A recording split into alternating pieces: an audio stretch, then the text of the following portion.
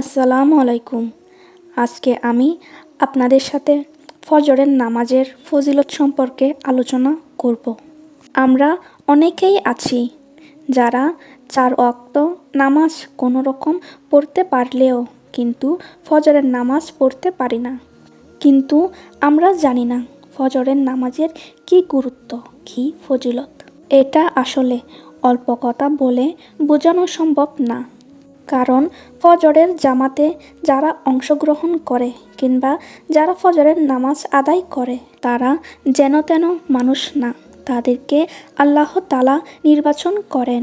একজন মুনাফিকের কাছে সবচেয়ে কঠিন কাজ হলো ফজর এবং ইশারের নামাজে অংশগ্রহণ করা। রাসূল সাল্লাল্লাহু আলাইহি ওয়াসাল্লাম বলেছেন, একজন মানুষ যখন ঘুমায় তার মাথায় শয়তান 3টা গিঁট দেয়। গিঁট তো চিনেছেন, মানে প্যাঁচ। যারা নামাজ পড়ে, মানে সবাই না, যারা নামাজ পড়ে তারা 3টা গিঁটই খুলতে সক্ষম হয়। যখন কোনো ব্যক্তি ঘুম থেকে উঠে আল্লাহকে স্মরণ করে তখন তার প্রথম গিঁট খুলে যায়। আর ওই ব্যক্তি যখন উঠে উজু করে তখন সেই ব্যক্তির দ্বিতীয় গিঁটটিও খুলে যায়। সর্বশেষ যখন সেই ব্যক্তি ফজরের নামাজ আদায় করে তখন তার তৃতীয় গিঁটটিও খুলে যায়। সুবহানাল্লাহ। আর তখন শয়তান কি করে?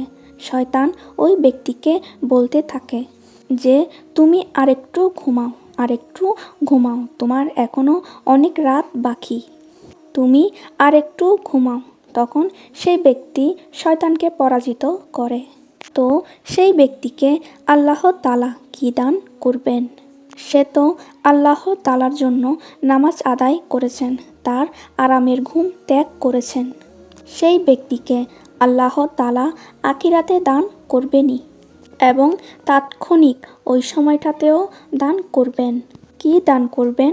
তাকে দুনিয়াতে সে ব্যক্তি যখন ফজরের নামাজ শেষ করবে তখন আল্লাহ তাআলা তাকে এমন একটি সকাল উদযাপন করার তৌফিক দান করবেন যে সকালের মধ্যে বরকত, রহমত, মাগফিরাত এবং আনন্দ থাকবে।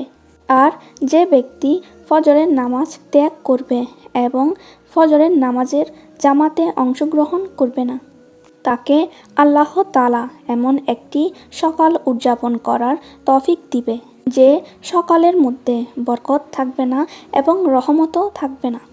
মানে তার সেই সকালের মধ্যে কোনো আনন্দ থাকবে না, থাকবে শুধু অলসতা।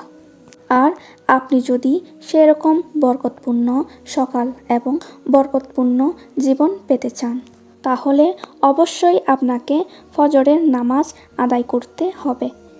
আর এটি এমন একটি বরকত যে বরকতের মাধ্যমে সে সারাদিন চলাচল করে।